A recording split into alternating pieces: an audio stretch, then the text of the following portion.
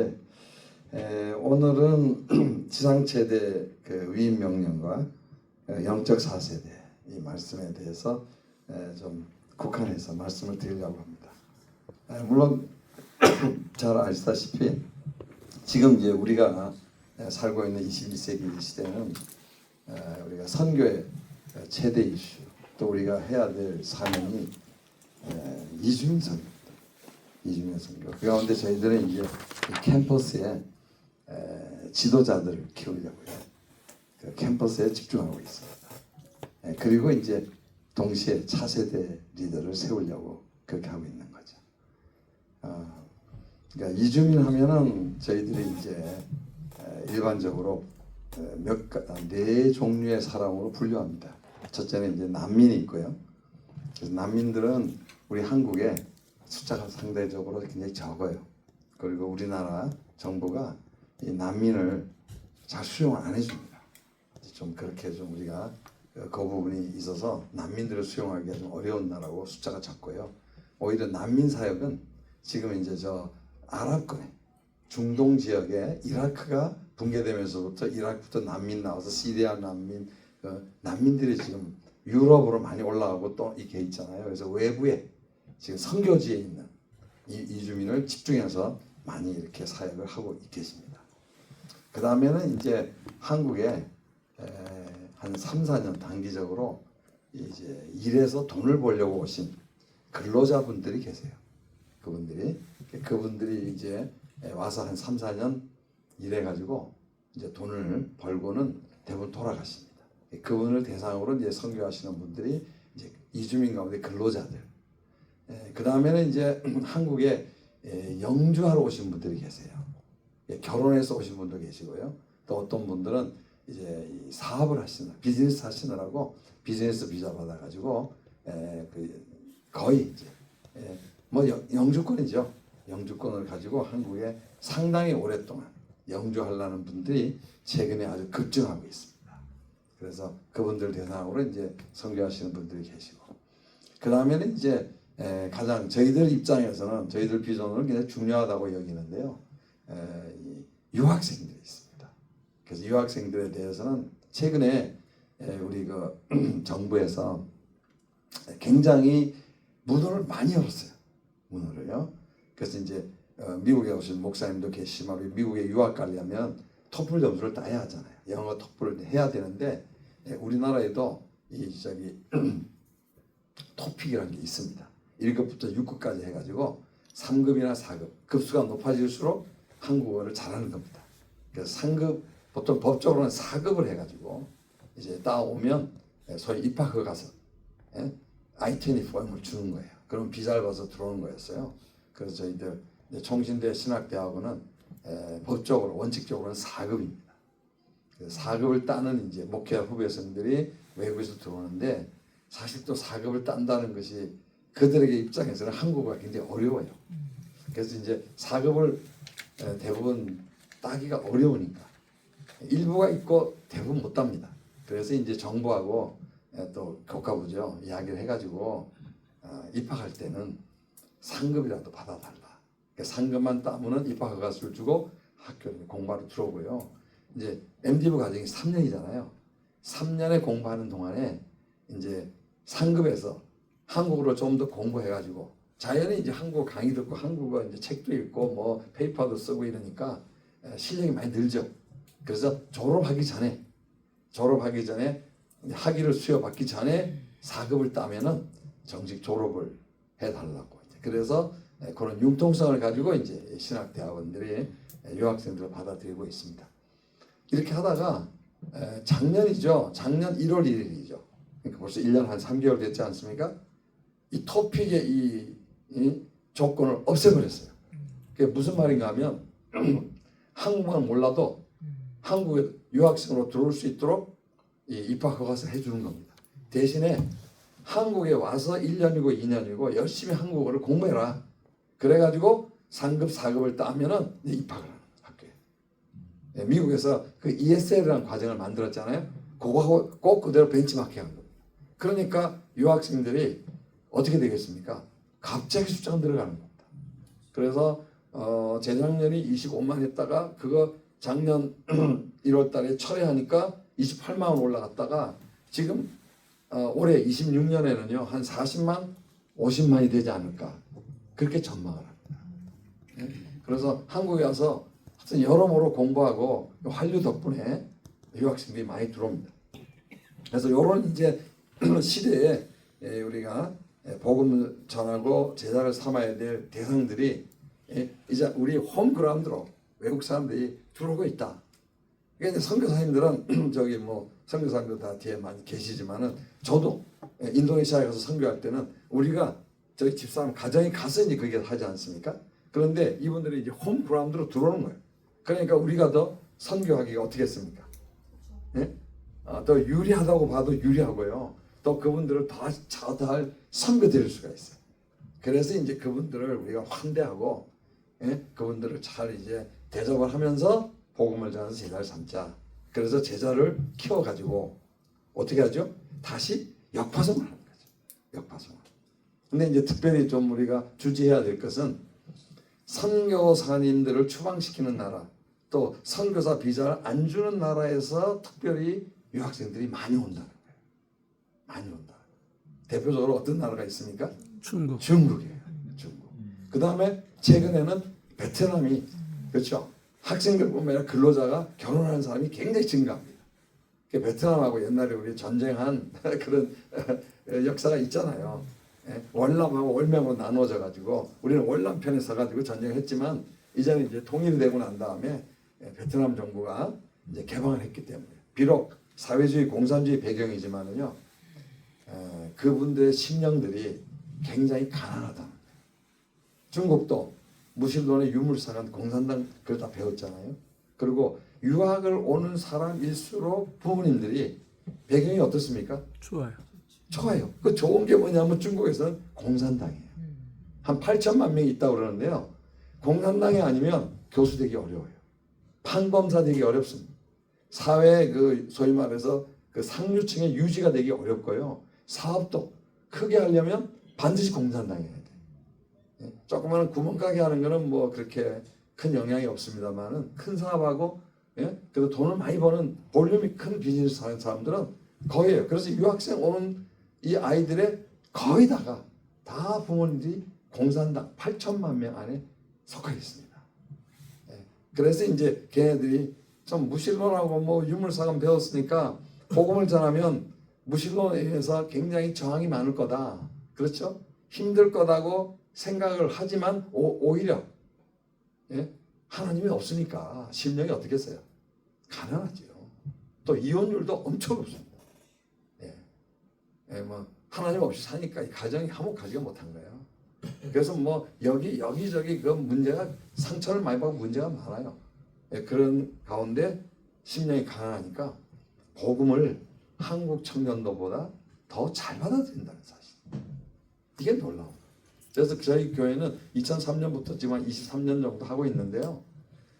새신자가 매일 주일마다 오잖아요. 유학생이 더 많습니다. 또 학습세를 주지 않습니까? 유학생이 월등히 많아요. 어떤 날은 다 오는 사람이 외국 학생, 세례 받는 사람이 다 외국 학생이 세례 받는 경우도 많이 있었어요.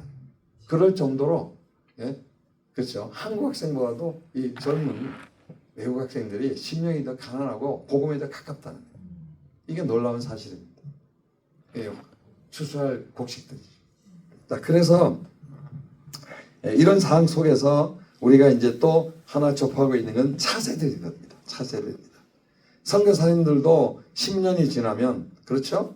선교사님들의 많은 부분들이 다 은퇴를 하시게 돼요. 연령이 높단 말이죠. 우리 KW, MI조차도 그렇잖아요. 나이 60 아래 젊은 선교사들이 많지 않지 않습니까? 다 60 이상. 아마 60 이하의 나이가 있으면 손 한번 들어보세요. 아무도 안 계세요. 계십니까? 계시네. 우리 젊은 고목사님만 60 이하. 그래서 이게 이제 차세대가 그렇죠. 또 이제 대학교에 이제 각 우리나라의 대학 교수님들이 계시잖아요. 크리스찬 교수님들이 이제 크리스찬 교수 협의회를 만들어 있어요. 서울대학에는 서울대학 교수 크리스찬 교수 협의회가 있고요. 고대는 또 협의회. 그러니까 학교마다 연대도 있고 다 있거든요. 그 크리스찬 교수님들 연령도 평균 55세 이상입니다. 그리고 거기서 주로 이제 영향력 있게 리더로 활동하시는 분은 은퇴 1년 남겨놓고 또 6개월 남겨놓고 그분들이 하고 있어요. 그러니까 그분들도 차세대가 염려스러운 거예요. 염려스러운 거예요. 그래서 저희들이 소개는 요 정도 마무리하겠는데요. 하여튼 이 시대에 저희들도 부족한 게 많습니다. 여기는요, 보조자 놓고 300명 들어올 수 있는 장소입니다. 이게요. 그래서 우리도 이제 29일날 이번 주에 한 500명 정도로 전도 집회를 하는데요. 세수명 축제를 하죠. 그래서 이 장소가 모자라서 저 옆방에 또 스크린 놓고 다 스크린 설치가 다 되어 있어요. 옆방에서 할 수 있도록. 그래서 상당히 이제 이 좁은 공간에 지금 저희들이 하고 있어서 장소를 이전하려고 기도하지만 조금 어려움이 많이 있어요. 그래서 아직 이전을 못하고 하나님이 도와주시기를 기도하고 현재 있습니다. 자, 그래서 지금 이제 저희들이 이렇게 2003년도에 저희들이 이제 제가 청신대 선교대학원 선교학 교수로 돌아오면서 그때 이제 대학교 1학년 학생들 청년 11명, 12명, 19살, 20살 그런 대학생들 20대 초반 그런 사람들을 데리고 이제 계속해서 양육을 해가지고 이제 저희들이 선교사, 목사도 일부 만들어지고요. 되고 그 다음에 주로 교수 선교사. 왜냐하면 이제 목사님들은 비자를 잘 안 주잖아요. 근데 교수들에게는 비자가 아주 열려 있습니다. 그래서 중국에서 많이 추방했잖아요. 그 코로나 시대에도 자기네들이 필요한 교수는 데려오고 가요. 초청해 갑니다. 그래서 그쪽 중국에 있는 그 큰 교회, 예를 들어 베이징 대학이나 칭하대 같은 데서 이제 비자 스폰서가 되는 거죠. 왜 우리 교수를 뽑는다 해가지고요. 추천서를 가지고 중국에 대사관 가면은요. 접수하면 그 자리에서 비자를 언제 주는지 압니까? 내일 이맘때 오라고 24시간 안에 줍니다. 우리들은 여행자 비자 얻으려고 그래도 신청이 최소한도 일주일 열흘이거든요. 어떤 데 2주도 갑니다. 여행자 비자 한 달 정도 하는 거 하도 그런데 그런 유수한 완전히 그 나라의 주류 대학에서 스폰서를 해가지고 교수를 초빙하면 저도 놀랐어요. 이제 그렇지만 뭐 밝힐 수는 없지만 저희들이 그 교수가 지금 들어가 있는데 4년 반째 있어요. 어느 날 3년이 지났어요. 원래 정부 계약으로 가거든요. 정부 계약으로 이제 한국 정부에서 교수의 반 월급이죠. 샐러리를 태우고 저쪽에 수용하는 학교에서 반을 냅니다. 교수 이제 사례 주는 거죠. 월급 주는 거를. 그래서 이제 3년을 하고 나면 그 임기가 끝나요. 단기적이에요. 그런데 우리 이 제자가 이제 들어가서 3년을 봉사했어요. 그런데 이 제자가 성실하고 실력도 있고 잘한다고 평가를 한 거예요. 그러니까 이제 이분이 정부가 반절을 서포트하는 거는 끝났거든요. 정부에서 그 정책을 하는 겁니다. 근데 이제 자기 학교에 그 교수로 임용을 해야 될 거 아니에요. 근데 그거를 임용을 제안받은 거예요. 그래서 그분이 기도하다가 내가 저분들이 이제 3년을 요구하는 겁니다. 1년 해가 3년을 더 일단은 봉사해달라. 우리 교수로 임용을 해주는 거예요. 정식 중국 대학의 교수가 되는 거예요. 그래가지고 그 초청을 받았다고 그래가지고 기도하고 이제 자기가 하나님의 뜻이다. 계속 선교해야겠다. 그런 마음을 가지고 이제 저걸 했죠. 응했죠. 그래서 추천서를 이제 그 대학에서 받은 거예요. 그래가지고 연락이 왔어요. 응? 교수님 나옵니다. 그 언제 나와요? 월요일 날 나옵니다. 그 언제 돌아가세요? 그랬더니 뭐 수요일 날인가 목요일 날 뭐 3박 4일만 여기 있고 간다는 거예요. 그러니까 하루는 갔다가 부모님 오래 못 봤으니까 인사드리고 그 다음날 아침에 하룻밤 자고 이제 대사관 가서 신청하고 그러면 비자가 그 다음날 나오면 그걸 가지고 다음날 떠난다는 거예요. 그래서 제가 놀랐잖아요. 아니 어떻게 3박 4일에 비자를 가지고 가요? 못합니다. 그러니까 그렇게 말해요. 제가 여기서 다 설명은 못하지만 설명은 가서 할게요. 왜냐하면 중국 성경도 아시잖아요. 자세한 내용 얘기하면 안 되거든요. 그러니까 가서 다 설명드릴 테니까 가서 설명하게 하고요. 막 그런 줄만 알고 계시라고 그러더라고요. 진짜 나왔어요. 부모님이 하루라도 아침에 만나가지고 했더니 대사관 간다고 그래요. 가라고 그랬더니 접수를 했어요. 그러니까 접수하는 현장에서 그 직원이 웃으면서 선생님 내일 이맘때 오세요. 24시간입니다. 오세요. 그래가지고는 그걸 확인받고 대사관을 떠나면서 저한테 연락을 했어요. 교수님 내일 오랍니다. 예정대로 저는 3박 4일 안에 돌아가요. 그러니까 이 중국이라는 나라가 그 비자 주는 것도요 그렇게 주더라고요. 그렇게. 그래서 이제 그런 것이 있어서 지금 교수들에게는 중국이 일반 목사 선교사한테는 다 내쫓기고 다쳤지만, 그래서 지금 베이징 대학이나 칭화 대학에 선교사 한 사람도 없어요. 근데 교수로 들어가 있어요. 근데 더 재미난 게 있어요.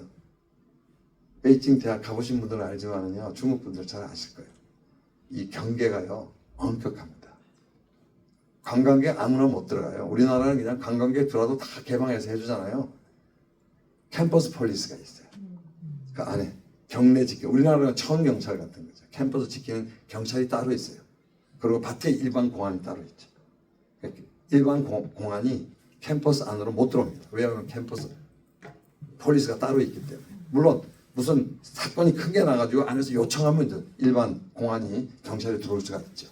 일반적으로 못 들어옵니다. 그러니까요, 그 안이 더 안전해. 교수는 믿으니까 교수 관사 주잖아요. 혼자인데도 여성 혼자 독신이거든요. 지금 둘이 방을 2개 줘요. 그래서 그 안에서 사람들 데려와가지고 성경 가르치고, 많이 모여야 3명, 더 이상 안 모입니다.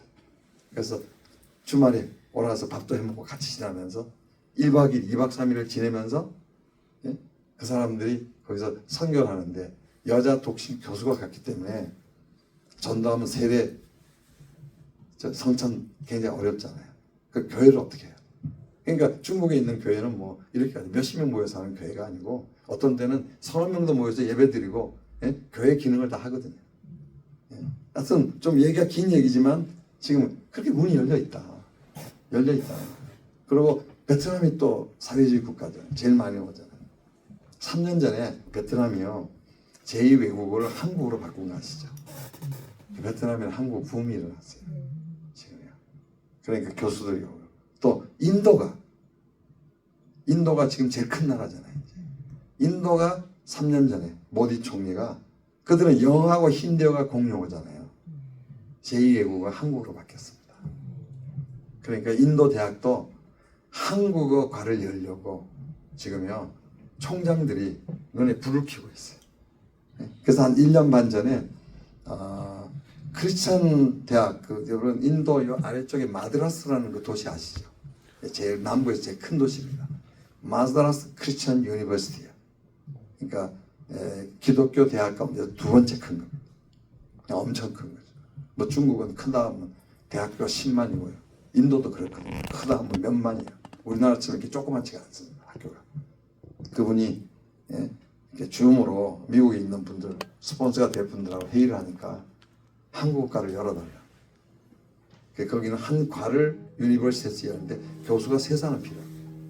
3사람이요. 그래서 전부 다 박사학위를 가질 필요가 없고, 박사는 PhD는 한 사람만 있으면 안 되고 석사 2사람만 해도 한 과를 열 수가 있고, 이 교수님을 월급 주고 연구비 주고 이제 그 평생 고용하는데 4억 내지 5억이 다 계산했어요. 이 양반이. 그래서 한국말로, 아니 한국 돈을 얘기해요. 계산을 해가지고. 하여튼 이 상황, 선교 상황에 대해서는 제가 여기까지만 말씀드릴게요. 4억 내지 5억입니다. 한국이요. 어떻게 좀 큰 돈이세요? 뭐 기도하고 하는 분들에게 크지 않거든요. 그래서 제가 놀랐어요. 아니 4억 5억을 가지고 교수 3분을 가지고 한 과를 열고, 아니 연구비 주고 교육비 주고, 아니 평생 체어가 되는 거예요. 체어가. 그냥 그분이 하고 싶은 때까지. 우리나라는 은퇴가 있지만 이제 보통 미국 같은 은퇴가 없거든요. 그러니까 석자 교수가 되는 거예요. 이 펀드만 가지면 연구비 교수비 다 주고 예? 그분을 평생 고용할 수 있다는 거죠. 얼마나 놀라운 일이에요. 그래서 아니 4억 가지고 5억 가지고 어떻게 하나 제가 좀 생각을 해도 저는 아니 없어요. 그래서 물었어요. 아니 4억 5억 가지고 어떻게 새 교수의 월급을 주고 연구비를 주고 평생 고용을 하느냐. 그랬더니 이분이요 즉각적으로 얘기하더라고요. 저보고 목사님 모르세요? 그래서 전 인도를 좀 잘 모르죠. 우리 유다니엘 선교사님이 16년 17년 계셨지만 아마 유다니엘 선교사님도 아시는 걸 거예요. 저는 그 당시 1년 반 전에 몰랐어요. 그 인도에 믿을 만한 큰 은행에다가 4억 내지 5억을 예치하면은요 1년에 이자를 얼마 주는지 아세요? 1년에. 그래서 저도 처음 알았어요. 그분이 딱 24%를 준다. 이런 대박이 어디 있어요? 네. 놀랬죠? 지금 세상이 그렇게 돌아갑니다. 그러니까 4억 5억 넣어놓으면 24%가 나오니까 세 사람 월급 주고 돈이 남는다는 거예요. 그럼 남은 이자 다시 더해가지고 또 계속 굴리는 거예요. 계속. 그러니까 미국에는 풀러 있을 때 교수 한 사람에 대한 그 최저 평생 고용이 100만 불이었어요. 그때는 이제 1대 1000이었습니다. 환율이. 그 10억이었거든요. 그래서 어떤 교회 목사님이 10억 내고 자기 이름으로 체어를 만들어 놨어요. 지금도 풀러 있습니다. 그래서 교수 한 분을 고용해가지고 그분이 그냥 뭐 힘이 없어 그냥 돌아가실 때까지 할 수 있는 데가 평생 고용 체어예요. 석자 교수 제도거든요.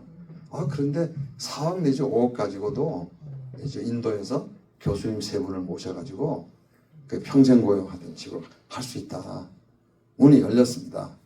그래서 저희들이 그걸 이제 말씀을 듣고 막 급하게 그분들은요 보내달라는 거죠. 근데 인도를 가기 위해서 지금 이제 박사학위 공부하고 있는 그 우리 선교사 후보가 아직 박사학위를 못 끝냈어요. 그래서 좀 기다려달라고. 그래서 이제 일단 마무리했는데 한 달 반, 2달 후에 그 총장님이 한국으로 오셨어요. 모금하고 이거 하려고. 그래 와가지고는 한국에서 인도하는 그 선교사님 통해가지고 저를 계속 만나죠. 그래서 제가 좀 양해를 구했습니다. 우리가 선교가 돈만 주는 게 아니지 않냐. 우리 훈련된 일꾼을 같이 가야 되기 때문에 이 일꾼 갈 때 1년 반하고 2년만 기다려달라. 예? 그러면 그때 준비가 되면 다시 얘기하자. 이렇게 얘기했어요. 굉장히 많이 열렸어요. 또 한 도시에 있는 영사관, 대사관은 뉴델리에 있고요. 영사관에서 한국어 가르치시는 분이 사임을 하셨어요. 그래서 또 선교사님 통해서 저한테 여기 석사한 사람도 좋으니까 한국어 가르칠 수 있는 사람, 박사 아니어도 좋으니까 보내달라고. 그거는 외교관 여건으로 가는 겁니다. 시혜복권이에요.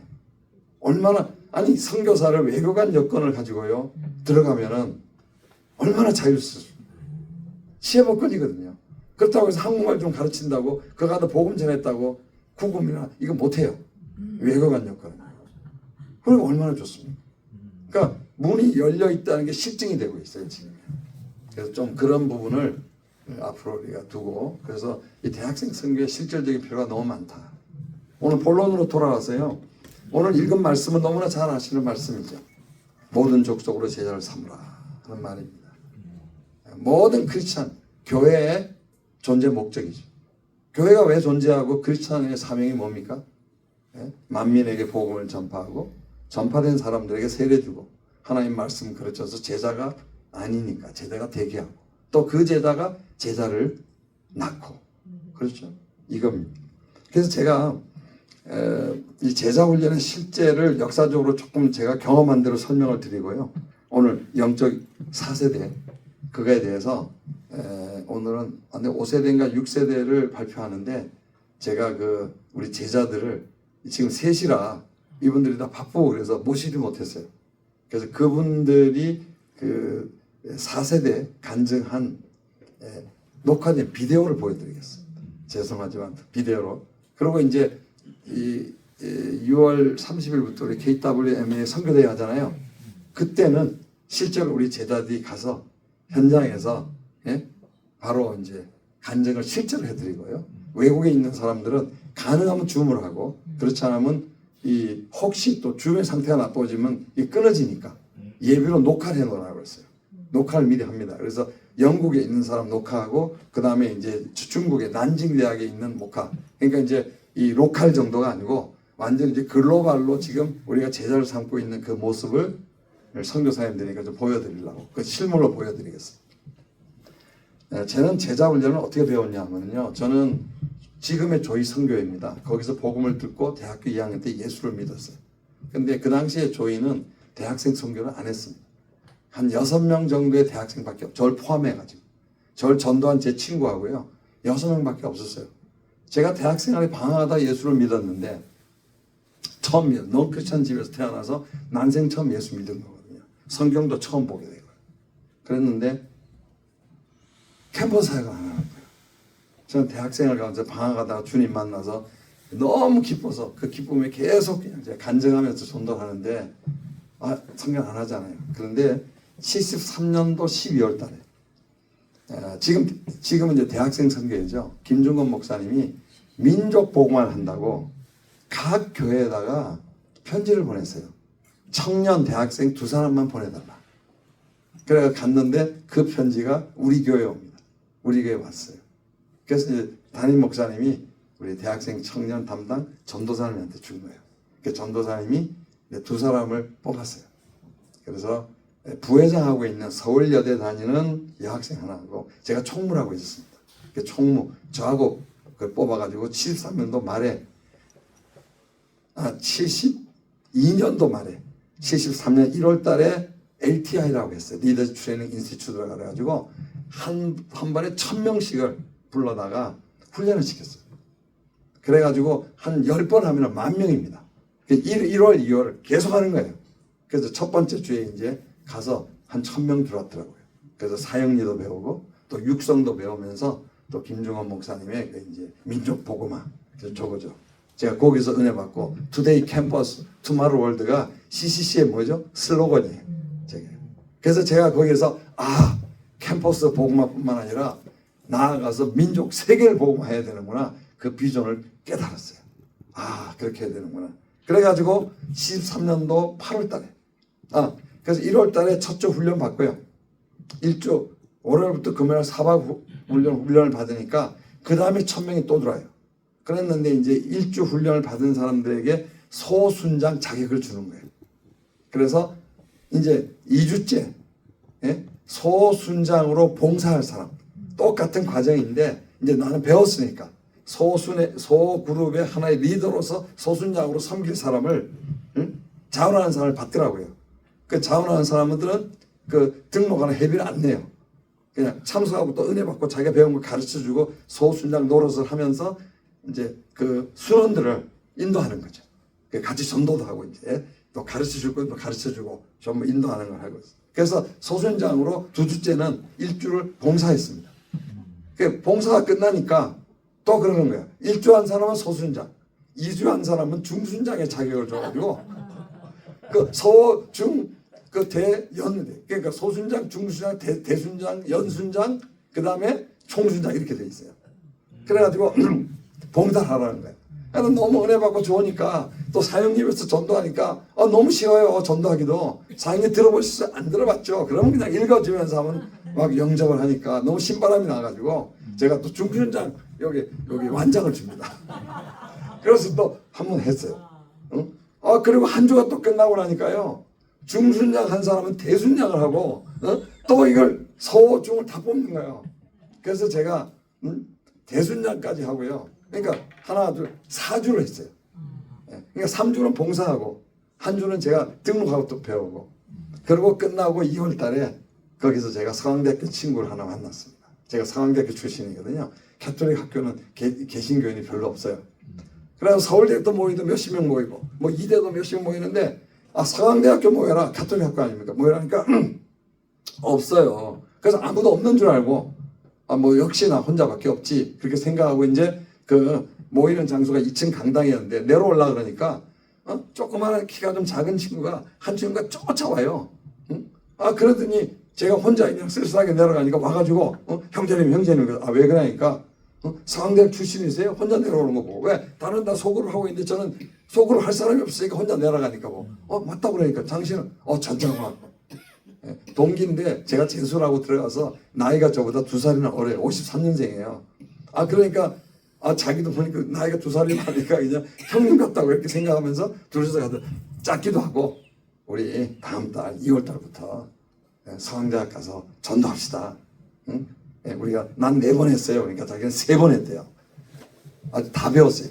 그래서 이제 사형이 들고 이제 2월 달부터 막 전도를 시작했습니다. 그래서 서강대학교 최초로 가톨릭 학교에서 CCC가 개척되고 그 동시에 기독학생회가 만들어졌습니다.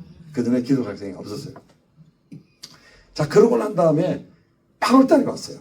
이제 제가 CCC 대표 순장이 됐잖아요. 우리가 벌써 40-50명이 모였거든요. 그래서 8월 달에 이제 지금 소천하신 빌 브라이트 박사님이 방문을 했어요. 엑스프로 1년 전입니다. 이제 준비 상태를 좀 점검도 하고 도울 일 있으면 도와주려고 오셔서 이제 김주근 목사님하고 그 스태프들하고 대표 순장들이 다 준비를 하고 있었거든요. 그 엑스프로 참석하신 분들은 엄청났잖아요. 35만 명을 밥을 먹여야 돼요. 예? 이거 하나 예만 들으면요, 밥을 어디다 하죠? 예. 시중에 밥을 할 수 있는 밥그릇이 없어요. 솥이 없어요. 그래가지고 대형 솥을 특별 주문했습니다. 밥을 시험적으로 해놓고 난 다음에 밥은 뭐로 푸죠? 그 큰요 스팀으로 다 했잖아요. 네, 밥을 누룽지로 못하니까 다 근데 대형은 스팀을 하거든요. 군대에서도 스팀을 하잖아요. 대형을 만들어서 밥을 해가지고 밥이 엄청나잖아. 그러니까 밥을 뭐로 푸죠? 맞아요. 아시네. 참석하셨죠? 네, 그래서 아시는 거야. 아니 시중에 밥을 풀 수 있는 큰 주걱이 없어요. 근데 이 주걱을 맞추려고 그러니까 한 몇백 개가 필요하다고 예상이 됐는데 그거 디자인해서 맞춰서 금형 떠갖고 맞추면요 그 가격이 엄청나게 비쌉니다. 그러니까 아시잖아요. 제조할 때. 그래서 할 수 없이 뭘 할까 하다가 그냥 농부가 땅 파는 삽이에요. 삽. 그 삽을 사온 거예요. 삽을. 그래갖고 삽을 갖다가 어떻게 했습니까? 그 밥을 못 푸잖아요. 그래서 깨끗하게 씻고 소독약을 타가지고 다 씻어서 소독을 하고 이제 그걸 하고 장갑 끼고 장화 신고 이제 위생하고 이제 밥을 푸고 국을 벗어 어디다 담죠? 그 많은 사람들 35만 명 국을 담은 국그릇이 없어요. 밥그릇이 없어요. 근데 또 밥그릇 이거 디자인해갖고 주문해갖고 금형 들어가고 찍어내서 만나면 단가가 엄청나게 비싸지거든요. 그래서 어떻게 했습니까? 기억 안 나요? 밥통, 국통 뭐로 했어요? 바켓스 들통이야, 들통. 왜 그 들통에 뚜껑 있는 들통 있잖아요. 빨래 삶고 뭐 이런. 그거를 그냥 시중에 나고 싸니까 대량으로 구입해가지고 들통에다 밥 닫아 뚜껑 닫고요. 들통에다 국 부어가지고 뚜껑 닫아가지고 트럭에 실어가지고 막 국민학교로 막 날려. 하여튼 대단한 일이었습니다. 그런데 이제 핵심은 제가 말씀드리는 이분이 오셔서 13년도 8월 달에 바로 저 주제를 가지고 Today Campus Tomorrow World라는 가지고 요한복음 3장 16절 가지고 소위 말해서 그 세계 선교 비전을 그죠 설교했어요. 간단하죠. 하나님께서 온 세상 사람을 사랑한다. 세상은 세상 사람들이잖아요. 한국 사람만 사랑하는 게 아니다. 일본 사람도 외국 사람도 다 이거 사랑하는데 하나님이 원하시면 그렇죠. 다른 나라의 민족 하나님을 사랑하는 민족에 복음을 전하러 가고 싶은 사람 설교 끝나고 손들라 그래요. 그래 제가 감동을 받고 은혜를 받아가지고 뭐 하나님의 뜻이면은 뭐 못할 거 뭐 있어요. 하죠. 그러고 이제 손을 들었어요. 앉았어요. 손을 들어라 그런 거죠. 그래가지고 손만 들고 끝나는 줄 알았더니 손든 사람은 그 자리에서 일어나래요. 전통적인 미국 분들이 하는 거 아니에요. 근데 일어날 때 좀 자신이 없어요. 나이도 어리고 대학교 3학년인데 그래가지고 좀 쭈삣쭈삣거리고 근데 이제 지금 기도 눈을 감고 다 이렇게 손을 들었잖아. 일어나라 그러니까 일어나더라고요. 근데 이제 지금은 부암동으로 이사 갔습니다만 그 정동 채플의 의자가 옛날에 그 극장 의자 같은 거였어요. 일어나면은 이 댐핑 시스템이 잘 안 돼가지고 그 당시에 일어나면 턱 소리가 나는 겁니다. 지금은 소리 안 나잖아요. 다 댐핑 장치 잘해가지고. 그런데 사람들이 턱턱턱 또 일어나는 거예요. 극장식으로 쭉 된 의자니까 앞에 뒤에서 막 일어나는 겁니다. 턱턱턱 하는 소리 일어나는 소리죠. 그 눈을 싹 떠서 보니까 많은 사람이 일어나서 한 200~300명 이상이 일어났어요. 그런데 양심상 손을 들었는데 일어나라는데 후추피 쪽에 안 일어나고 있는데 어떻게 할까? 망설이고 있는데 이분이 손 들고 일어난 사람 다 come forward, 앞으로 나오는 거야. 앞으로 나오는데 여러분 극장식 알잖아요. 예? 사람이 일어나 주지 않으면 못 나가잖아요. 예? 그래가지고 할 수 없이 제가 일어나가지고 양심에 그냥 손 들고 일어나서 나오라 그러니까 뭐 나오라면 뭘 하겠나 생각하고 그냥 밀려서 앞에까지 선 거예요. 그래서 막 강단 위로 올라가고 모자라니까 밑에 서서 200~300명이 쫙 섰어요. 그랬더니 이제 그분이 간단하게 다 고개 숙이라 그러고 이 헌신자를 위해서 기도한다 그래가지고 이제 빌 브라이트 박사님이 이분들을 하나님께서 인도하시고 선교사로 사용해 달라 축복 기도하고 끝난 거예요. 예. 그래서 뭐 저는 엄격하게 그냥 밀려서 나갔다가 그 축복 기도를 받고 왔어요. 이제 그 다음부터 매주 우리가 이제 해온 게 뭐냐면 금요일 날 7시 반에 가가지고 순모임하고 또 나눔하고 우리끼리 기도하고는 한 10시나 10시 반에 끝나면 전부 정동체불에 올라가가지고 이제 무릎 꿇고 그 김종건 목사님이요 정동체불 와보신 분들은 아실 거예요. 그 당시에 교회당에 카페트 깐 교회당이 거의 없거든요. 근데 그분이 두툼한 미국에서 배운 것 같아요. 미국에서 유학 가가지고 두툼한 카페트 이 자색 짙은 걸 쫙 깔아놨어요. 그래서 정동체불에서 바닥에서 무릎 꿇고 기도할 때는 방석이 필요 없어요. 그 양탄자가 깔려 있으니까. 그래서 이제 우리가 습관적으로 10시나 10시 반에 올라가가지고 그냥 무릎 꿇고요. 계속 이제 부러져서 기도합니다. 기도하다가 빠르면 한 2시, 대략 3시 사이에 기도하다가 지쳐가지고 너무 피곤하니까 그냥 그 카페트 위에 쓰러져 자는 거예요. 청년들이 다 쓰러져 잡니다. 그러면 5시 반쯤에 그 이제 관리하는 집사님이 불을 다 끄고 기도했으니까 철야 기도는 불을 켜요. 그러면서 학생들 다 일어나라고. 왜 새벽 기도해야 하잖아요. 그러니까 이제 그 집사님이 깨워주면 깨워가지고 아래층 내려가가지고 화장실 가서 세수하고 눈곱 틀고 이제 다 씻고 정신 차리고 올라와서 새벽 기도하고 예? 그 다음에 이제 나오면 그때는 그 MBC가 바로 정동체불 옆에 있었거든요. 그 옆에 새벽에 여는 라면집이 있어요.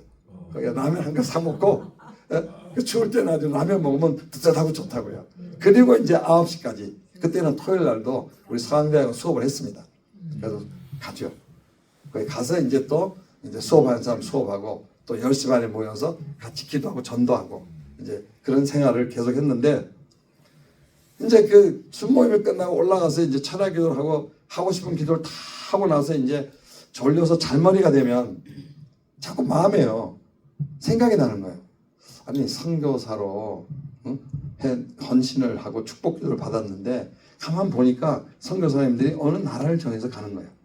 한 나라를 정해가지고 이 선교를 가서 평생 동안 하시더라고요. 그러니까 그러면 나는 하나님이 어느 나라로 보낸가? 그래서 하나님 선교사로 가야 한다면 어느 나라로 가야 돼요? 하는 기도를 그렇죠. 다 기도 끝나고 마지막에 자기 전에 졸린 상태에서 그 기도하고 그냥 잔 거예요. 계속. 그래서 한 3~4개월을 그게 자꾸 마음에 걸려가지고 생각이 나니까 기도를 하고 잤습니다. 그런데 어느 날 한 3~4개월 후에 이제 기도를 다 하고 또 그 기도를 한 거예요. 하나님, 저는 어느 나라로 가야 되나요? 다른 사람은 뭐 저 나라 가는데. 그런데 자기 전에 하여튼 이제는 졸려서 자기 전에 그 기도를 하고 잘라 그러는데 갑자기 말이에요. 제 마음에 하여튼 귀에 들린 건 아니에요. 무슨 소리를 누가 낸 것도 아니고 예? 누가 와가지고 뭐 나한테 그 내 마음에 글을 써준 것도 아니에요. 근데 분명히 들은 거 이상으로 누가 나한테 글을 써서 보여주는 거 이상으로요. 예? 딱 글이 떠오르는 거예요. 들리기도 하고 눈으로 확인한 거예요. 준공이라고 써요. 준공. 준공 아시잖아요. 73년도 준공이요. 그때가 어떤 때입니까? 중국 선교사님들 역사하시니까 다 아실 거예요. 1966년부터 76년까지요. 10년, 11년 동안 그 사람들은 지금 문화혁명이라고 그러죠. 그게 무슨 문화혁명입니까? 모택동이가 홍위병 내세해가지고 공산화 운동한 때예요. 그때가요. 66년부터 76년 사이가요. 7천만 명, 8천만 명을 무차별하게 총칼로 죽였습니다. 그 가운데 많은 사람들이 그렇지 않아요. 그 허슨 테일러 CIM 내지 선교회 있잖아요. 그 선교사들도 순교당했어요. 일부가. 그래서 내쫓겼습니다. 그래서 그분들이 나와서 CIM을 못하니까 OMF로 이름을 바꿨잖아요. 그래서 아시아 12상개국이 흩어졌지 않습니까? 그 사람들. 하여튼 7천만, 8천만을 학살을 하면서 공산을 하고 모택동이 내쫓아버리고 대만으로. 공산을 하는 거예요, 사실은. 그래서 중국 믿는 사람들을요, 얼마나 핍박을 하고 살해를 했냐면, 만약 할아버지가 믿으면 할아버지, 아버지, 손자까지 3대를 멸종해요. 아주 잔인했습니다. 그리고 이제 1대 믿는 사람, 그런 사람들은 재산 다 뺏어버리고 강제 노동소에 들어요. 강제 노동소. 그렇게끔 아주 잔인하게 살해하는 겁니다. 그걸 제가 알고 있었어요. 왜냐하면 극동방송에서 최초로 러시아 방송을 한 김영국 장로님이라고 계세요. 그분이 최초로 러시아. 그분이 러시아에서 유학을 해가지고 러시아어하고 한국어는 잘해요. 근데 영어를 잘 못하세요. 그러니까 그분이 그 소비에트 유니언의 지하교회하고 중국의 천혜장복숭의 지하교회의 정보를 영국의 그 BBC 방송 개통에서 받습니다. 극동방에서 오는데 이분이 영어 해독을 잘 못해요. 그래서 제가 그때 조이에서 예수님 만나고 난 다음에 어떻게 그 조이 선배가 또 극동방송에 있어가지고 와서 구원간증 하라고 그래가지고 구원간증 했을 때 가서 만났어요. 간증하고 나오는데 어제 나이 많은 장로님이에요. 김영국 장로. 이것도 인터넷 치면 나옵니다. 많은 기도 많은 능력이라는 책을 번역하신 분이에요. 그분이요. 지금은 이제 돌아가셨다고 그래요. 나이도 많으시고. 그분이 저를 불러요. 학생 그러지. 대학생이지. 아 그렇습니다. 그랬더니 영어 좀 할 수 있어요. 그래서 예, 조금 합니다. 그랬더니 이걸 보여주면서 내가 저기 소비에트 유니언의 지하교회 상하고 여기 철회장막 중국의 지하교회 상을 독일 선교사가 들어가서 독일에서 또 다시 영국의 선교단체로 넘겨가지고 극동방송을 오는데 내가 영어 해독을 잘 못해. 러시아 방송을 해야 되는데 이거를 좀 번역만 해주면 자기가 그걸 보고 러시아말로 번역을 해서 하겠다. 그게 부탁을 했어요. 아, 그런데 장로님이 또 애절하게 그냥 사람이 없어가지고 그래서 그걸 해주겠다 그래서 그분이 이제 주로 제가 이제 극동방송의 홍익대학 옆에 있잖아요. 신촌에서 사람이 가깝잖아요. 오며 가면서 이제 받아서 번역해 줄 때 있고 어떤 때는 인편에 보내주고 해서 그걸 제가 번역하면서 소비에트 유니언의 지하교회, KBG한테 주고 가는 사람들, 그 다음에 중국의 공안, 그걸 알고 있었던 거예요. 그 번역을 해주면서.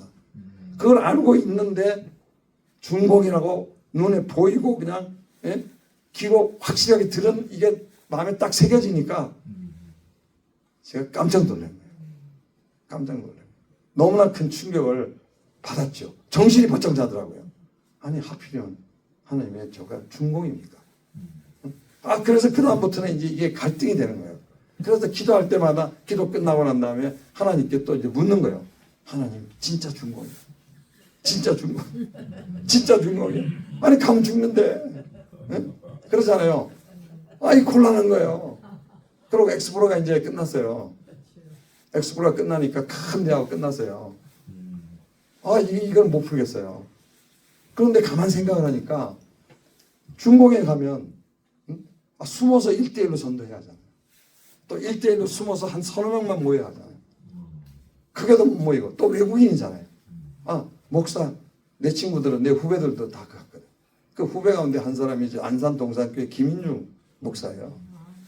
왜냐하면 그분이 저보다 3살이 많은데 그분이 군대를 먼저 갔다 왔어요. 그러니까 제가 대표 총순장 할 때 그분이 전도부장을 했어요. 2학년이니까 학년이. 그래가지고 만난 텐데 그분은 또 뭐 기도하고 전도 열심히 하기로 유명합니다. 그러니까 그게 큰 교회를 했죠.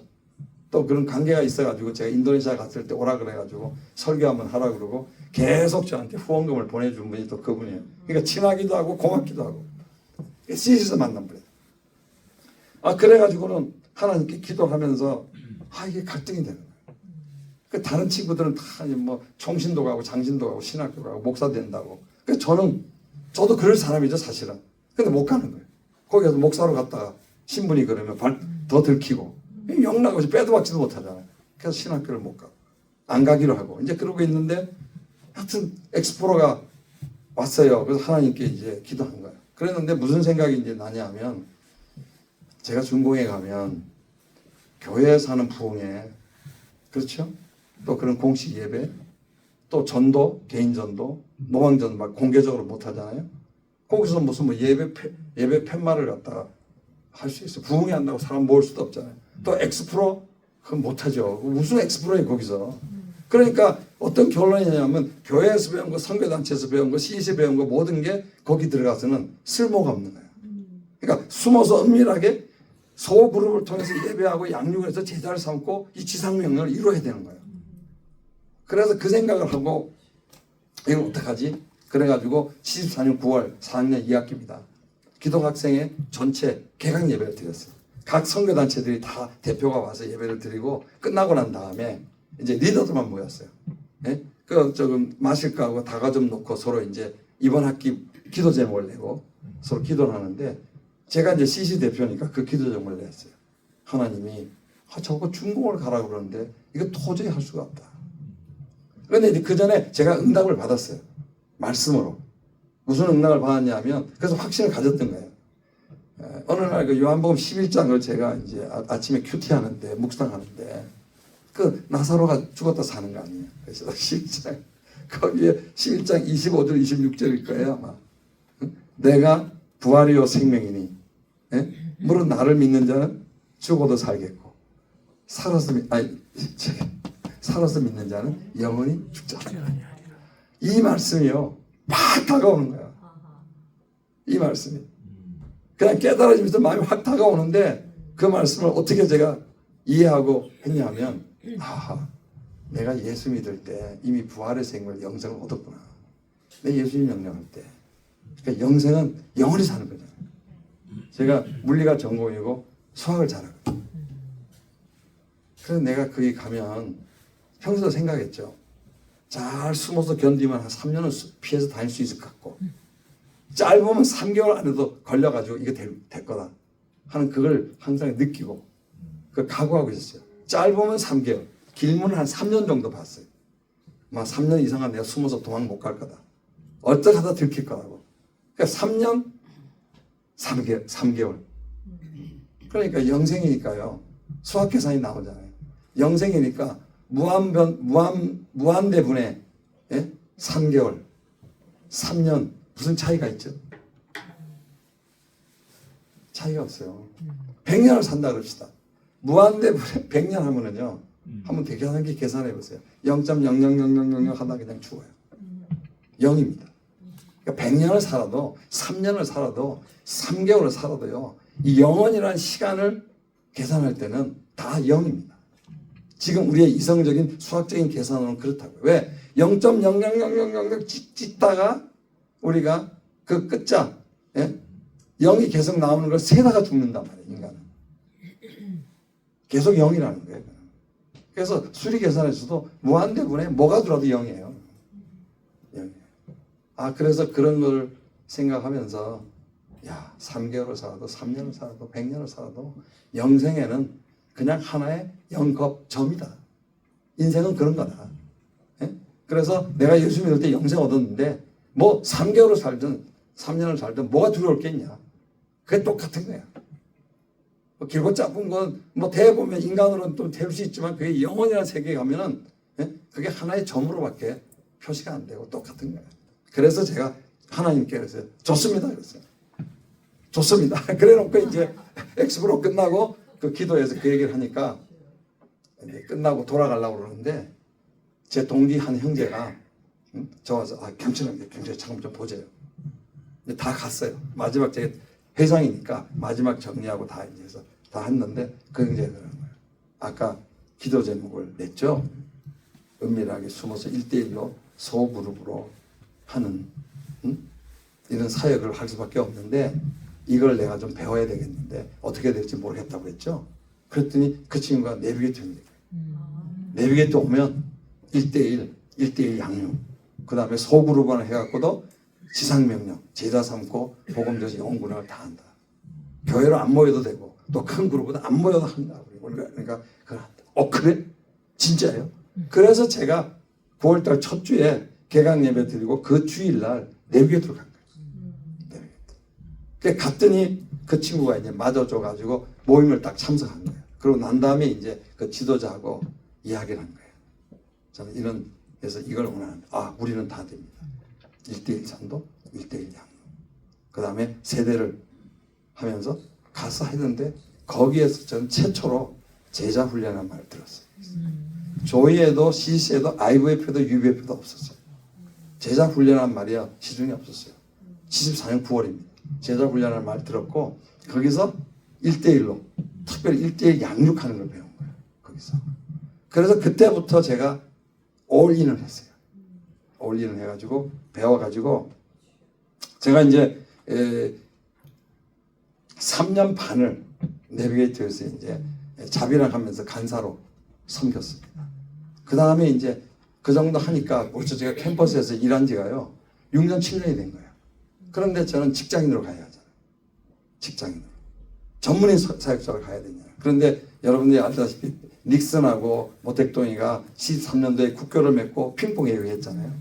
그랬을 때 모택동이가 뭘 닉슨한테 요구했냐면요 미사일하고 인공위성 쏘는 걸 가르쳐달라고 했어요. 그거는 이제 히든 아젠다입니다. 이 신문이나 밝혀지지 않는 거죠. 정상들이 만나면 이제 공개 안 할 때 그런 얘기 하는 거예요. 그래가지고 왜냐하면 소련이 인공위성을 먼저 쏘았잖아요. 중국 그 다음에 미국이 그만큼 쏘았잖아요. 그런데 중국이 미사일 인공위성을 못 만들거든요. 왜냐하면 소련이 안 가르쳐 주는 거예요. 이 같은 공산국가를 안 가르쳐 주고요. 뭐 다른 중국 선교하고 소련 그 선교하신 분 아시잖아요. 수천 킬로의 국경이 있는데 국경 분쟁이 계속 있었어요. 엄청난 분쟁이 있었어요. 무려 한 3년 반 전에 끝났습니다. 그 분쟁이. 지금 그 인도하고 중국하고 국경 분쟁 싸우는 식으로 보병들이 대치하고 싸웠어요. 그럼 포병이 포를 쏘잖아요. 그 우리나라 K9 갔다가 저기 인도가 버티잖아요. 중국을 갖다 하잖아. 그 하는데 소련 쪽에서 한 100km, 200km 후방에서 어마어마하게 큰 폭탄이 날라옵니다. 그게 미사일이었어요. 그러니까 분쟁이 일어났다면 팡팡 모택동이가 깨지는 거야. 땅을 뺏겨요. 땅을 계속 뺏겼습니다. 그러니까 자기도 미사일 만들어내는데 소련한테 손을 내미니까 안 해주거든. 그러니까 할 수 없이 사실 굴욕적인 얘기예요. 그 부분 미국을 불러가지고 미국한테 가르쳐달라는 거예요.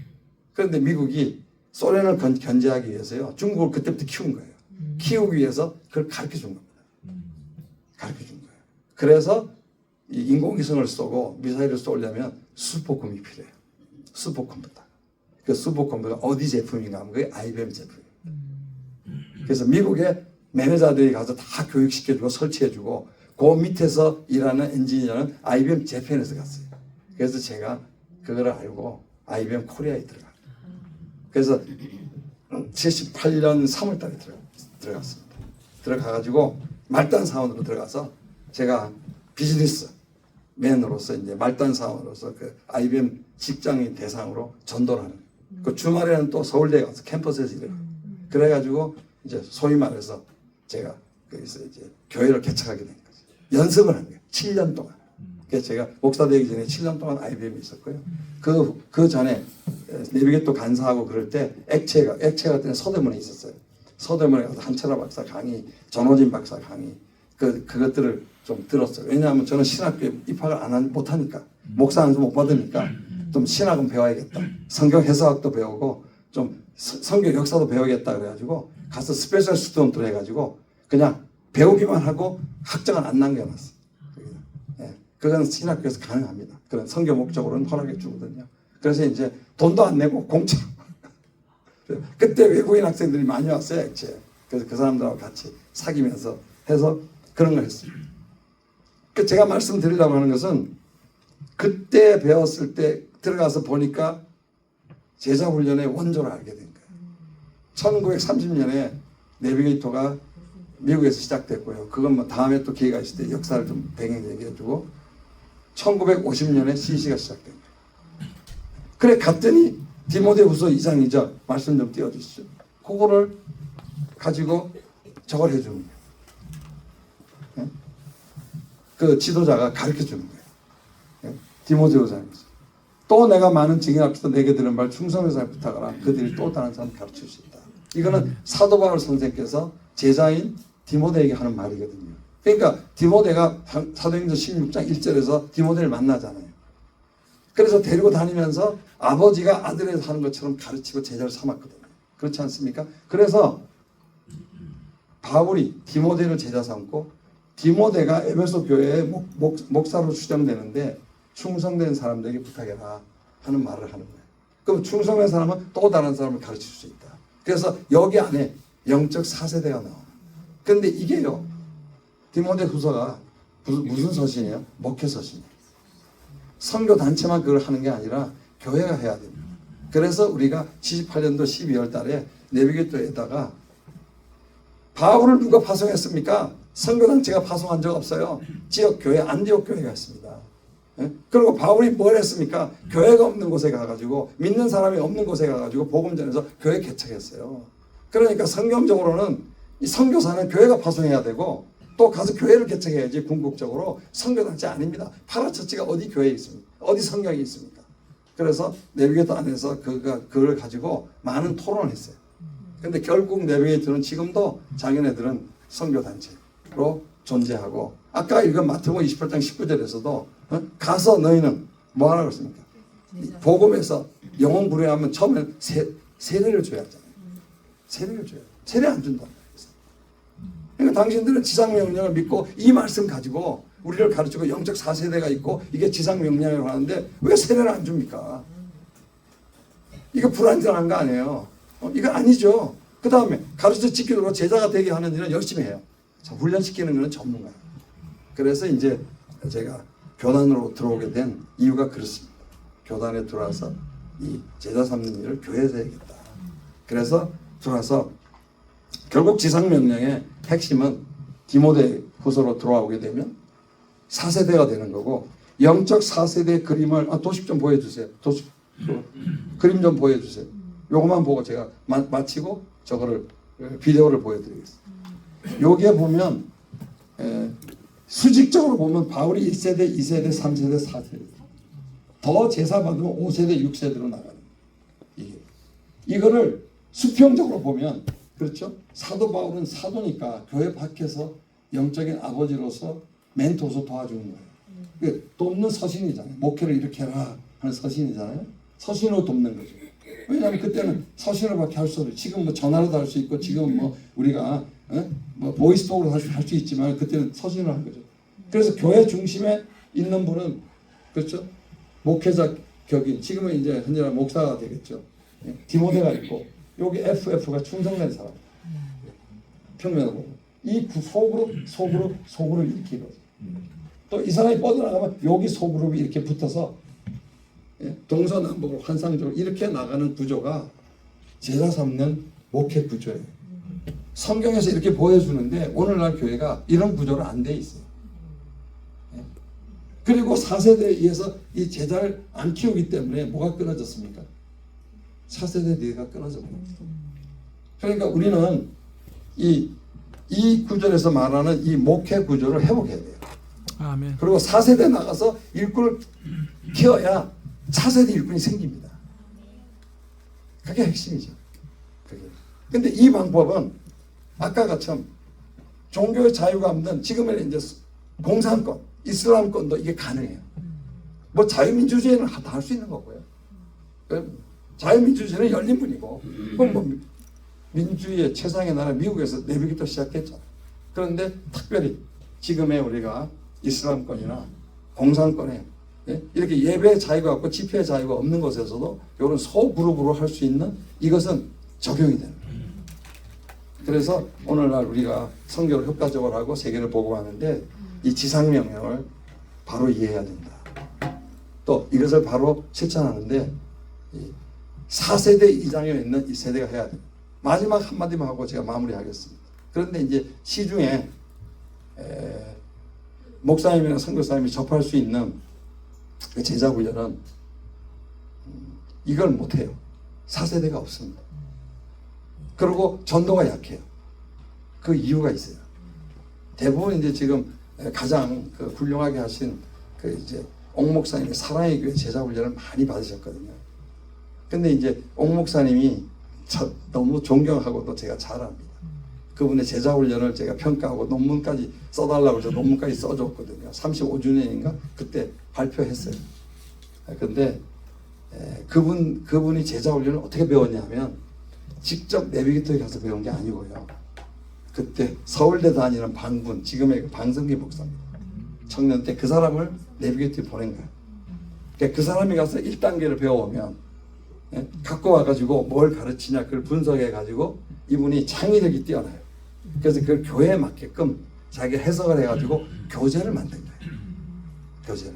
그리고 이제 전도해가지고 이랜드 사장 박성수도 가고, 박성남이도 가고, 또 여러분들이 성교에 잘 아는 그 제 동창인데 우리 서강대학교 한정국이도 가고. 그러니까 그 사람들이 52년, 53년생이에요. 저보다 1년 이런 후배들이거든요. 거의 동시대에 배웠습니다. 그 사람은 내비게이터 A팀에서 배우고 저는 B팀에서 배웠어요. 팀이 나눠졌어요. 팀이.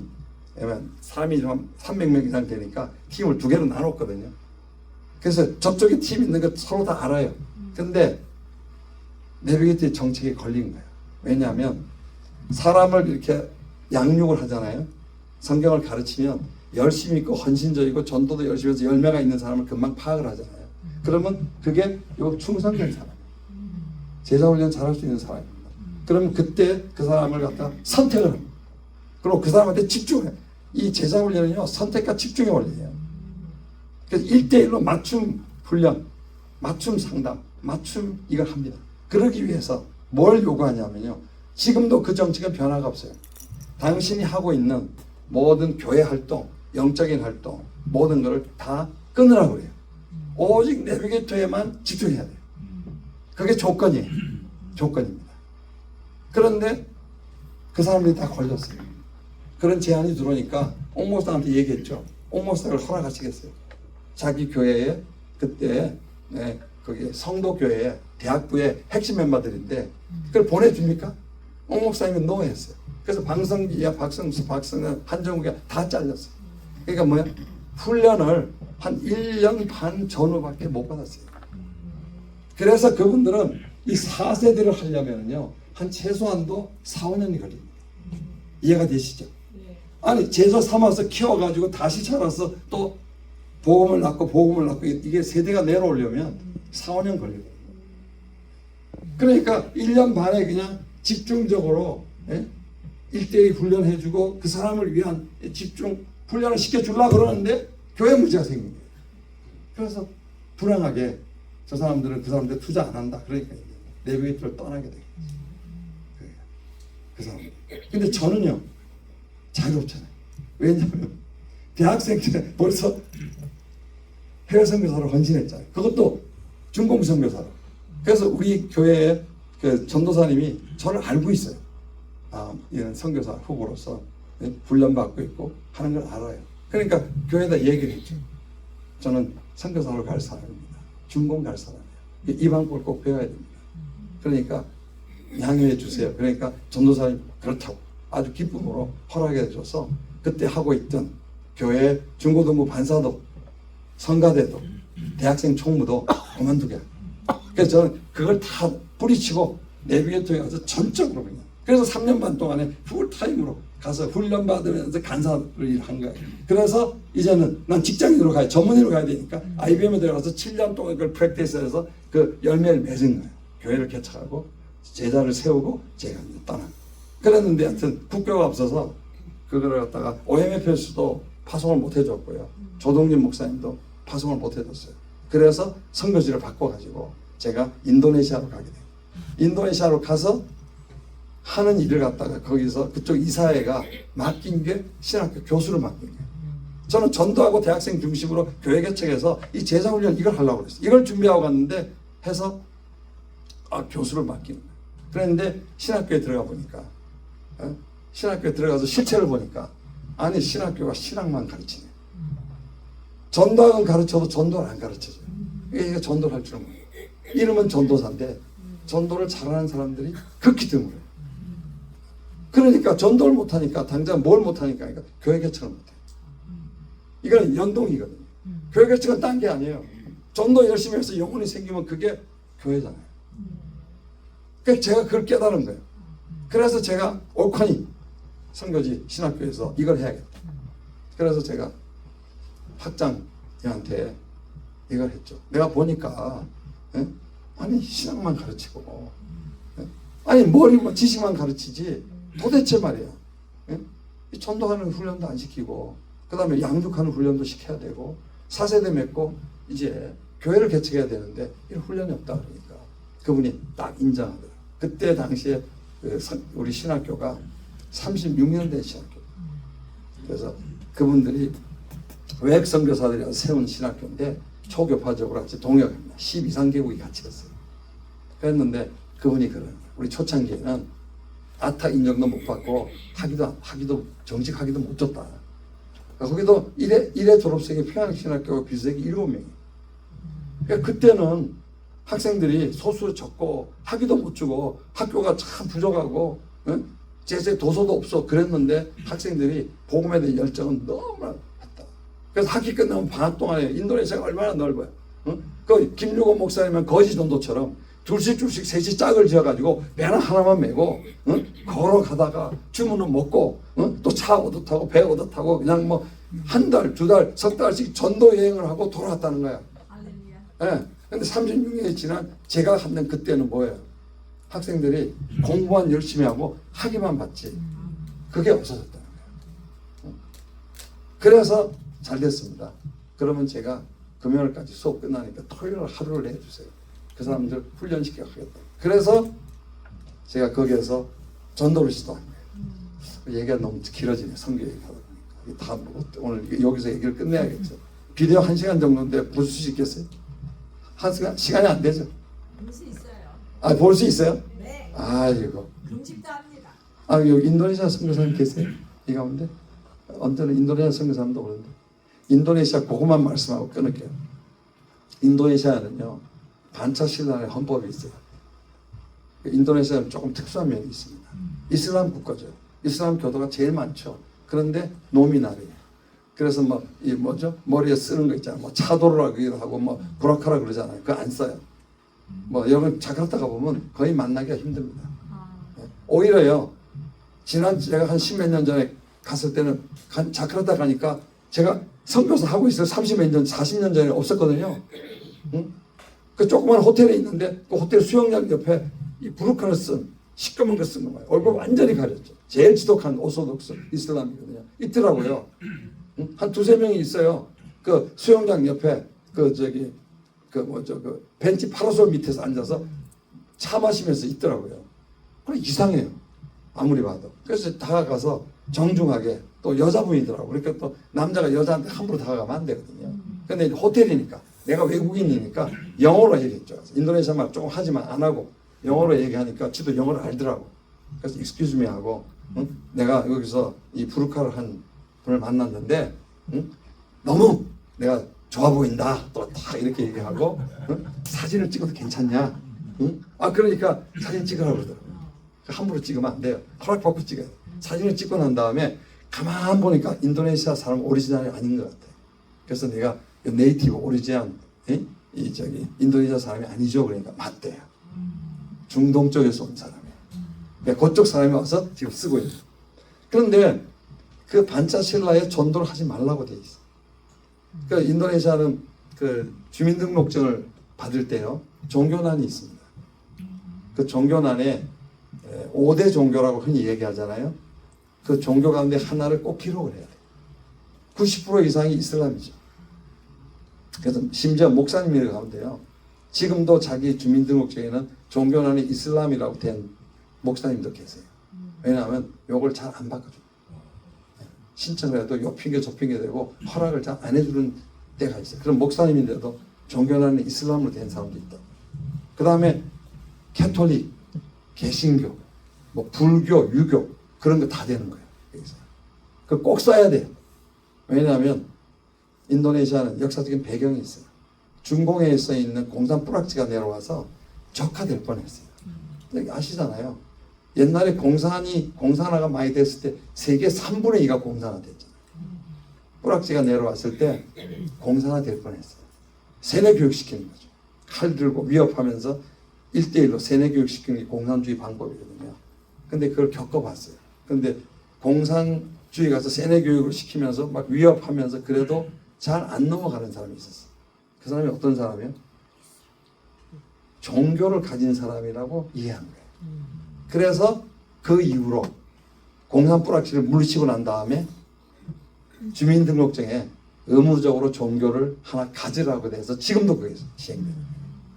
그런데 그래서 제가 갔더니요, 선교사님도 현지 목사도 현지 전도사도 우리 신학교니까 바로 단박해가 바로 이슬람 사람들이 살아요.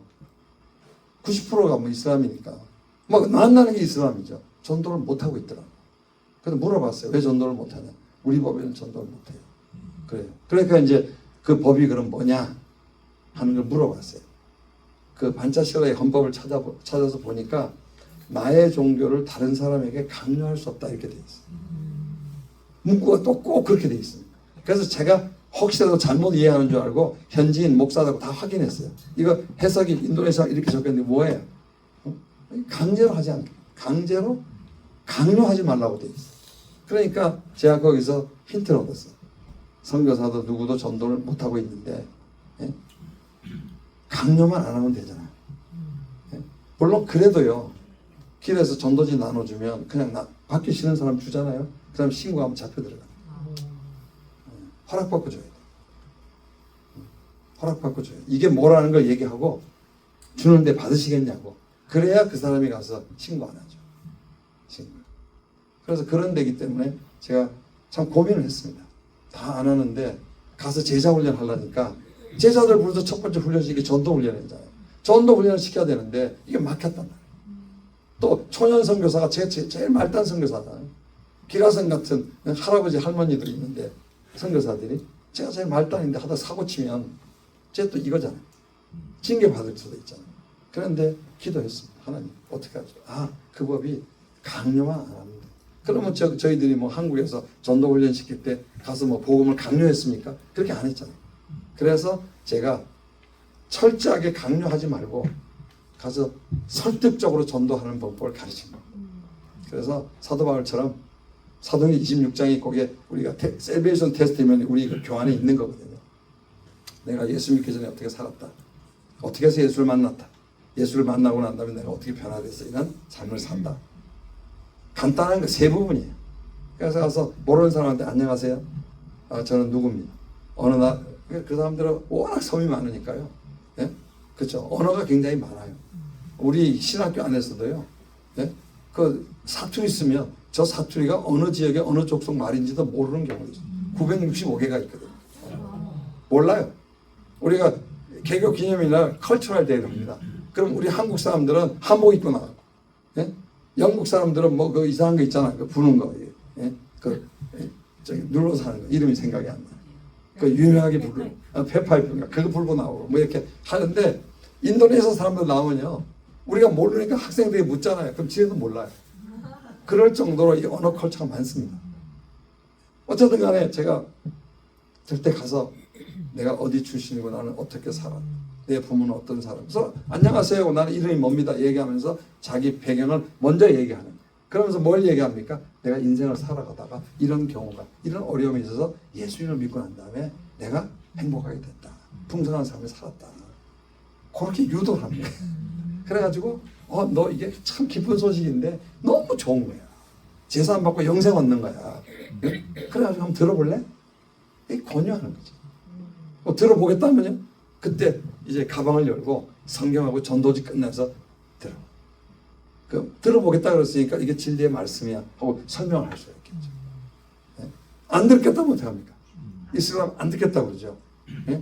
그러면 또 안 듣겠다고 하면 그냥 보내면 너무 쑥스럽잖아요. 뒤끝이 안 좋잖아요. 다음을 해서 여지를 놔야 되니까. 그러냐고. 그러면 알라를 이용하는 거예요. 코란의 알라. 이 성경에는 알라가 스펠이 똑같고 발음이 똑같습니다. 예? 그러면 우리가 알라를 말 쓰면 지네들은 뭘 하죠? 코란의 알라로 알아들어요. 사실은 신학적으로는 다른 알라입니다. 예? 그렇지만은 그걸 쓰면은 이슬람은 그 알라로 해요. 그래서 나도 알라를 믿는 사람입니다. 그렇게 아주 좀 트리키하게 그 용어를 쓰는 거죠. 그럼 그러냐고. 그런데 내가 목사거든. 내가 전도사거든. 응? 성직자란 말이야. 내가 너를 축복하는 축복 기도를 해줄게. 그러면요 다 좋아요. 그러면 이름이 뭐예요? 이름 가지고 축복기도 해주고 보내고, 또 축복기도 하는 분위기가 좋으면 어떻게 합니까? 예? 여기에 진리의 축복의 말씀이 있는 전도지 예쁜 걸 갖고 나가. 책이 있는데 내가 이거 줄 테니까 받을 거야? 받겠다 그러면 주고, 안 받겠다 그러면 주면 안 됩니다. 축복기도만 하고 잘 가라. 너 그 혹시 나처럼 인생이 어려우면 가까운 교회 찾아가서 목사님 만나라. 그 정도로 하고 끝내고, 전도지 받겠다 하면 전도지 주고, 너 가서 10분만 읽어보고 여기에 대해서 더 알고 싶으면 가까운 교회에 나가서 목사님을 찾아가라. 그 정도 하고 보내고 그랬는데, 그냥 가서 가는 사람들이 아니라 그냥 거기에서 복음 듣겠다 그러고 거기서 감동받아서 예수님을 영접하니까 난리가 난 거죠. 그래서 제가 제일 먼저 택한 장소가 어디냐면, 우리 캠퍼스 안에서는 전도할 사람이 없으니까 30분 떨어진 도시에 공원을 정했습니다. 공원. 그래서 오후 시간에 해가 좀, 낮에는 너무 적도 밑이라 너무 더워서 안 되거든요. 저녁 때면 좀 시원해지잖아요. 해가 지면. 그러나 좀 밝죠. 그때 가가지고 열 몇 명을 데리고 나갔어요. 그러니까 둘씩 짝을 지어가지고 제가 전도사 한 사람 데리고 니들 다 훈련을 하고, 그래서 나가서 전도. 그래서 그걸 다 절대로 강요하지 마. 절대로 친절하게 권유만 해야 된다. 그거를 2번 3번 가르치고 구원간증하는 걸 다 쓰게 해서 외우게 하고, 전도하는 방법을 복음전을 가르쳐가지고 이제 데리고 나가는 거죠. 참 그때는 제가 젊었고 겁도 없었나 봐요. 지금 생각하면 굉장히 그거 참 위험한 일인데, 현장에서 그 경찰들이 잡히면 어떻게 돼요? 이게 엄청난 일이잖아요. 선교 단체에도 문제고 우리 선교한테 어떻게 됩니까? 다 안 하는데 혼자서 하다가 그냥 걸리면 또 문제가 되잖아요. 그렇지만 하여튼 그때는 배는 게 없었어요. 될 거라는 확신을 가지고 기쁨으로 데리고 나가가지고, 자 내가 들어가서 이거 하고 너는 저쪽 벤치 가라 쫙 떴는데, 하나님의 역사. 거기서 현장에서 그냥 어떤 눈물을 흘리면서 예수님을 영접하니까 제일 놀란 사람이 누구겠어요? 그 전도사예요. 전도사가 그냥 충격이 아니라 너무 큰 은혜를 받고 놀래가지고, 그러면 가만히 있겠어요? 전교생이 다 기숙사에 사니까 기숙사에 와가지고 막 불어대요. 학생이 300명이거든요. 제가 60명만 훈련시킨다고 했어요. 5명씩 12그룹. 그리고 이건 non 크레딧 훈련입니다. 그래서 조교가 한 사람이 있고요. 그래가지고 60명만 훈련시켰는데, 그 기숙사 옆방 앞방에 있는 아이들이 다 소그룹에 들어가서 훈련. 왜냐면 12명 했으니까 5명씩만 소그룹이잖아요. 다 붙어 들어와서 제자 훈련을 받고, 또 그 다음에 주말에는 다 전도하러 나가요. 학교가 전도 붐이라. 그러니까 한 달, 2달 지나고 난 다음에 학장님이 저를 불러요. 그래서 임 목사님, 임 교수님, 너무 좋다는 거예요. 왜 좋아요? 아까 그 얘기야. 또 하는 거예요. 30 몇 년 전에 그랬는데 이게 30년 되고 애들한테 도서관에서 책만 보고 공부만 하고 말이에요. 전도하러 나가지 않았는데, 당신이 말이에요. 주말마다 이거 해가지고 전교생들이 하려고 막 불이 붙어가지고 서로 하겠다고 그러고 나가서 여기저기서 영접했다, 저기서 영접하고 예수 믿는다고 하니까 이 사람들이 보지되지 못한 일이 생겨요. 그래서 제가 그걸 했더니 그 학장이 저를 불러가지고 칭찬해주고 막 위로해주면서 안 되겠다. 응? 그래서 임 교수, 이거를 정식 과목으로 하자. 그게 목사 과정이 6년 과정입니다. 유럽식으로 좀 길어요. 철저하게 오랫동안 훈련시키죠. 그거는 좋아요. 3년 갖고는 좀 모자라잖아요. 그래서 교과서를 써라. 그래서 이제 저복을 맡겨서 제가 가만 국리할 때, 이제 제가 생각을 해보니까 3학기만, 1학년, 3학년, 5학년 때 3과목만 가르치면 되겠고, 강의로는, 이론은 그것만 가르치고, 단지 6년 동안 매주 토요일 날 3시간 훈련받고, 그 다음에 점심 먹고, 그 다음에 공원으로, 길로, 영혼이 있는데 다 찾아나가서 노방전도 하는 거다. 노방전. 우리 캠퍼스 안에서는 전도할 사람 없으니까 밖에 나가서. 그래서 또 가서 개척교회 주변에 가서 전도해서 도와줘라. 그래서 교과서 하나 써주고, 한 학기 써주고요. 그 다음에 이제 그 훈련시킨 12명들 다 그 남겨놓고, 제가 나왔는데 95년도에 다시 들어가려고 그랬는데, 너무 전도를 열심히 해가지고 자꾸 이슬람을 개종시키니까 이민국에서 우리 선교단체가 제일 큰 선교단체예요. 신학교도 그렇고 미운 털을 박아가지고 56명의 교수가 있었습니다. 36명이 선교사예요. 네? 그리고 20명이 현지 목사 교수입니다. 그분들. 근데 20명만 남겨놓고 95년에서 93년 사이 2년 동안 1년 비자잖아요. 36명을 다 추방시켰어요. 그래서 제가 그때 95년도 말에 들어가려다가 너도 블랙리스트에 올라서 못 들어온다 그래서 못 들어간 거죠. 그거 때문에 제가 공부하고 우여곡절 끝에 2003년도에 총신에 와가지고 제가 이 자리에 그래서 이주민 선거가 벌어진 거예요. 그리고 이 딸 와서 했는데 하여튼 여러분 긴 얘기 들어주시고 또 그래서 너무 감사하다고 하나님께 영광 돌리고요. 앞으로 이 얘기에 대해서 좀 더 또 다른 측면의 자세한 이야기는 다음에 우리 선교 대회 가서도 하고요. 1시간 들으면 6시간 되는데 괜찮겠어요?